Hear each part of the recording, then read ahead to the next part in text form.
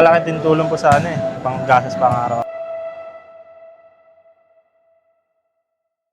Daniel, nakita kita naglaro kanina. Actually, pansin ko lang yung polo shirt mo. Mukhang galing ka pa sa shift ah. Katapos lang po sa trabaho, pag-out, pamake na po dito kasi sabi may laro daw po hindi na masyado nakapaglaro, papapawis na sa Ano motivation mo? Ba't ka pumunta dito? Narinig mo ba yung premyo? Malaki din tulong po sa pang gastos pang araw. Kasi gaano ba katagal oras sa shift mo?